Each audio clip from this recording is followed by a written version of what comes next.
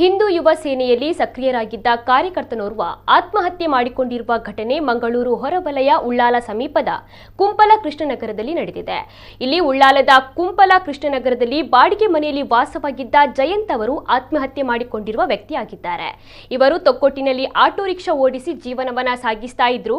ಕುಂಪಲದ ಹನುಮಾನ್ ನಗರದಲ್ಲಿ ಹೊಸ ಮನೆಯನ್ನ ಕಟ್ಟಿಸುತ್ತಿದ್ದ ಅವರು ಆರ್ಥಿಕ ಸಂಕಷ್ಟವನ್ನ ಕೂಡ ಎದುರಿಸುತ್ತಿದ್ರು. ಇನ್ನು ಪ್ರಧಾನಿ ನರೇಂದ್ರ ಮೋದಿ ಮಂಗಳೂರಿನಲ್ಲಿ ಭಾಗವಹಿಸಿದ ಸಮಾವೇಶದಲ್ಲೂ ಕೂಡ ಅವರು ಪಾಲ್ಗೊಂಡಿದ್ರು. ಕಾರ್ಯಕ್ರಮದಿಂದ ಮರಳುವಾಗ ಅವರ ಮೊಬೈಲ್ ಫೋನ್ ಅನ್ನು ಅವರು ಕಳೆದುಕೊಂಡಿದ್ದಾರೆ. ಇದರಿಂದಾಗಿ ನೊಂದಿದ್ದ ಜಯಂತ್ ಅವರು ಹೊಸ ಫೋನ್ ಅನ್ನು ಖರೀದಿ ಮಾಡಲು 5,000 ರೂಪಾಯಿ ಸಾಲ ನೀಡುವಂತೆ ಗೆಳೆಯರನ್ನ ಕೋರಿದ್ರು. ಈ ವಿಚಾರವಾಗಿ ಬೇಸರ ಕೂಡ ಆಗಿದ್ರು.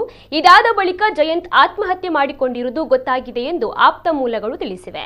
ಜಯಂತ್ ಅವರಿಗೆ ಪತ್ನಿ ಹಾಗೂ 2 ಮಕ್ಕಳಿದ್ದಾರೆ. ಉಳ್ಳಾಲ ಪೊಲೀಸ್ ಠಾಣೆಯಲ್ಲಿ ಈ ಬಗ್ಗೆ ಎಫ್ಐಆರ್ ದಾಖಲಾಗಿದೆ.